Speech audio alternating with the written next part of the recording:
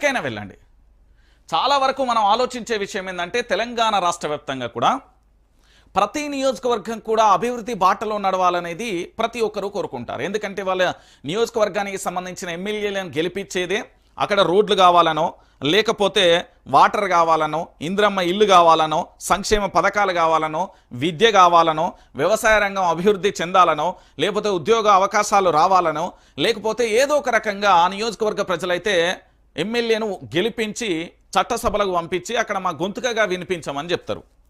కానీ మన తెలంగాణలో ఉన్న మరో అద్భుతం ఏంటంటే ఎమ్మెల్యేల నియోజకవర్గాల అభివృద్ధి చెందుతాయో లేదో నాకైతే తెలియదు, కానీ ముఖ్యమంత్రి నియోజకవర్గం అయితే బ్రహ్మాండంగా అభివృద్ధి చెందుతుంది.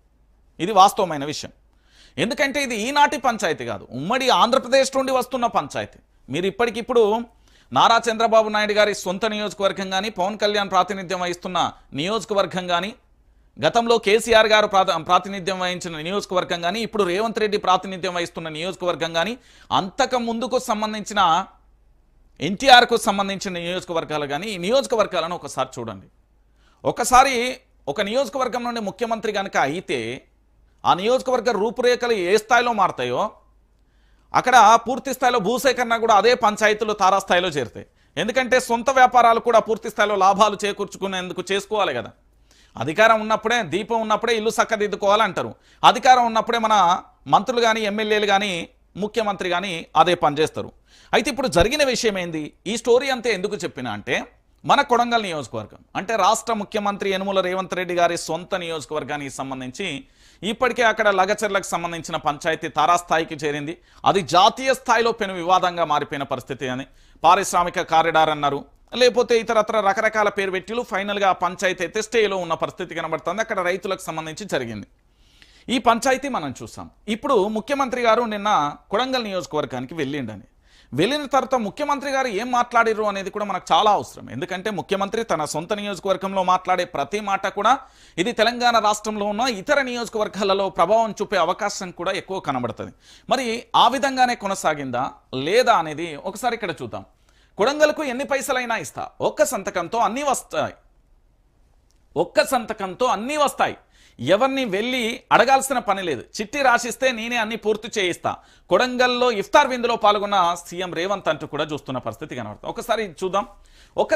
ఒక సంతకంతో కొడంగల్కు అన్ని వస్తాయని, ఎవరిని వెళ్ళి అడగాల్సిన పని లేదని, చిట్టి రాసిస్తే చాలు తాను కొడంగల్కు వచ్చే అన్ని సమస్యలు పరిష్కరిస్తానని సీఎం రేవంత్ రెడ్డి అన్నారు. కొడంగల్లో శనివారం పర్యటించిన రేవంత్ రెడ్డి ఇఫ్తార్ విందులో పాల్గొన్నారు. ఈ సందర్భంగా ఆయన మాట్లాడుతూ ముస్లింలకు ఎక్కువ అవకాశాలు కల్పించింది కాంగ్రెస్ పార్టీ అని అన్నారు.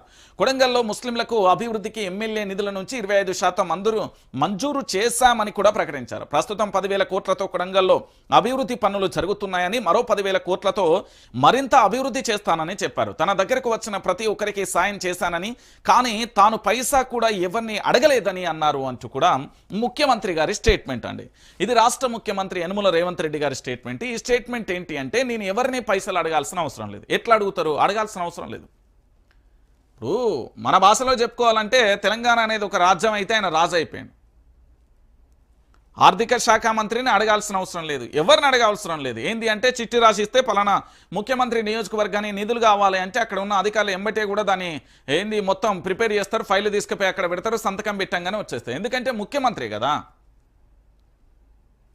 ఇది వాస్తవమైన విషయం. తన నియోజకవర్గ అభివృద్ధి ఏ స్థాయిలో ఉన్నదో మీకు ఇప్పటికే అర్థమై ఉంటుంది. ఎందుకు నేను ఈ విషయాన్ని చెప్తున్నానంటే, ముఖ్యమంత్రి గారి సొంత నియోజకవర్గానికి 10,000 కోట్ల రూపాయలు ఇప్పటివరకు వెళ్ళినాయని, మరొక 10,000 కోట్లు కావాలని ముఖ్యమంత్రి ఆల్రెడీ డిసైడ్ అయ్యి చెప్పేసిండు. దాదాపుగా ఒక నియోజకవర్గానికి 20,000 కోట్ల రూపాయలను ముఖ్యమంత్రి నియోజకవర్గానికి అభివృద్ధి దిశగా ఆయన చేసుకునేందుకు ప్రయత్నం చేస్తున్నాడు. సరే, ఇది బాగానే ఉంది. మరి మిగతా మంత్రులందరూ ఏం చేస్తున్నారు, మిగతా ఎమ్మెల్యేలందరూ ఏం చేస్తున్నారండి నాకు అర్థం కావట్లేదు. ఒక 100 కోట్లు తేవడానికే వాళ్ళు ఏంది అంటే నానా యాగి చేస్తారు.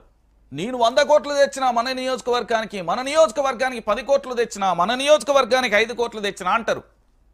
ఈ రాష్ట్ర ముఖ్యమంత్రి యనుమల రేవంత్ రెడ్డి గారు సొంత నియోజకవర్గమైన కొడంగల్ నియోజకవర్గానికి ఇప్పటికే 10,000 కోట్ల రూపాయలు ఖర్చు పెట్టడంతో పాటు మరో 10,000 కోట్ల రూపాయలు కూడా శాంక్షన్ చేయించుకొని 20,000 కోట్లతో ఒక నియోజకవర్గానికి సంబంధించి పైసలు తీసుకెళ్ళండి. ఇక మా మంత్రులు హెలికాప్టర్ల తిరుగుడు తప్ప ఇంకేం తెలియదు. ఇక మరికొందరు అంటే ఇసుక దోపిడీ చేయాలి, కొందరు బూడిది బుక్కాలి, ఇక రకరకాలుగా ఉన్నది. ఇక వాళ్ళ ముచ్చట మాట్లాడితే అదంతా సెప్టిక్ ట్యాంక్ బ్యాచ్. ఇక దాన్ని మాట్లాడడానికంటే దాన్ని పక్కకు పెట్టడమే బెటర్. ఇది మనందరికీ తెలిసిన విషయమే. ఇక ఇంకొక విషయం ఏంటంటే తెలంగాణ ప్రాంత ప్రజలారా, ఇక్కడ ఆసక్తికరమైన విషయం కూడా మనం అబ్జర్వ్ చేయాలి. ఈరోజు మన రాష్ట్రంలో ఎవరన్నా కానీ ముఖ్యమంత్రి, కానీ వాళ్ళ సొంత నియోజకవర్గానికి సంబంధించి మాత్రమే ఎక్కువ వెళ్తున్నాయి. మరి ఇతర నియోజకవర్గాలకు సంబంధించిన ఎమ్మెల్యేలు ఏం చేస్తున్నారు? కొడుగుడు మీద ఈకలు బీక్తున్నారా? గుడ్డు గుర్రాలకు పనులు దొంగతున్నారా? ఏం చేస్తున్నారు అంటున్నా. ఎందుకు ఇయ్యాడు భయ్? ముఖ్యమంత్రి తన నియోజకవర్గానికి 10,000 కోట్లు 20,000 కోట్లు తీసుకెళ్తా అంటే మన నియోజకవర్గాలకు 2,000 కోట్లు అన్నా ఎందుకు ఇయ్యరు అని అంటున్నా. మీరందరు సపోర్ట్ చేస్తేనే కదా ముఖ్యమంత్రి స్థానంలో కూర్చున్నది. ఒక ముఖ్యమంత్రి నియోజకవర్గమే ఎందుకు అభివృద్ధి చెందాలి? మిగతా నియోజకవర్గాలకు కూడా అభివృద్ధి చెందాలి కదా. నేను మాట్లాడేది చాలా చిన్న విషయం కాదండి. ఇది తెలంగాణ రాష్ట్రంలో చాలా పెద్ద దుమారమైన అంశం. ఎందుకంటే ఒక నియోజకవర్గానికి 20,000 కోట్ల రూపాయలు తీసుకెళ్లడం అంటే అది మామూలు ముచ్చట కాదు. ఒక నియోజకవర్గానికి 20,000 కోట్ల రూపాయలు ఒక ముఖ్యమంత్రి తీసుకెళ్తున్నప్పుడు ఈ రాష్ట్రానికి సంబంధించిన మిగతా మంత్రులు ఏం చేస్తున్నారు, మిగతా ఎమ్మెల్యేలు ఏం చేస్తున్నారు అనేది కూడా చర్చించదగ్గ విషయం ఇది. మరి గిట్లనే ముఖ్యమంత్రి గారికి సంబంధించి సొంత నియోజకవర్గానికి 20,000 కోట్లు తీసుకెళ్తే ఇక మంత్రుల నియోజకవర్గానికి ఎన్ని తీసుకెళ్లాలి, ఎమ్మెల్యేల నియోజకవర్గానికి ఎన్ని తీసుకెళ్లాలి అనేది అయితే ఉండదు. ఇక మా మంత్రులు నిజంగా కూడా ఒక రకంగా చెప్పాలంటే రేవంత్ రెడ్డిని ఒప్పుకోవచ్చు. ఎట్లా అంటే మా మంత్రులకేమో కమిషన్లు తీసుకోవాలనే పనులు చేయాలంటే, లేకపోతే కాంట్రాక్టులు తీసుకోవాలి, లేకపోతే ఎట్లా బెదిరింపులు చేసి కబ్జాలు చేయాలి, లేకపోతే ఎట్లా ఆదాయ వనరులు తన సొంత నియోజకవర్గానికి ఎట్లా రావాలో చేసుకునే ప్రయత్నం చేస్తారు. కానీ ముఖ్యమంత్రి తన నియోజకవర్గాన్ని డెవలప్ చేస్తూ తన పనిలో తాను ఉన్నాయి. ఇప్పటికే ఇంటెలిజెన్స్ రిపోర్ట్స్ ప్రకారం కొడంగల్ నియోజకవర్గంలో ఇప్పటికిప్పుడు ఎన్నికలు జరిగిన ఓడిపోయే పరిస్థితి ఉంది. కాబట్టి తన నియోజకవర్గానికి సంబంధించి 10,000 కోట్ల రూపాయలతో పాటు మరో అదనంగా 10,000 కోట్ల అంటే 20,000 కోట్ల రూపాయలతో నియోజకవర్గాన్ని పైసలు పట్టుకపోయిండు. మరి అది ముఖ్యమంత్రి గారికి నిజంగా కూడా తన యొక్క నియోజకవర్గాన్ని డెవలప్ చేయాలి. మరి మిగతా మంత్రులు అందరూ ఎమ్మెల్యేలు అందరూ ఏం చేస్తున్నారంటే గుడ్డి గుర్రాని పనులు దొంగతారు. ఇంకేముంటుందండి? ఈ తెలంగాణ రాష్ట్ర వ్యాప్తంగా మనం ఎక్కడ చూసినా కూడా తెలంగాణ రాష్ట్ర రాజకీయాలలో పూర్తి స్థాయిలో కూడా ఏ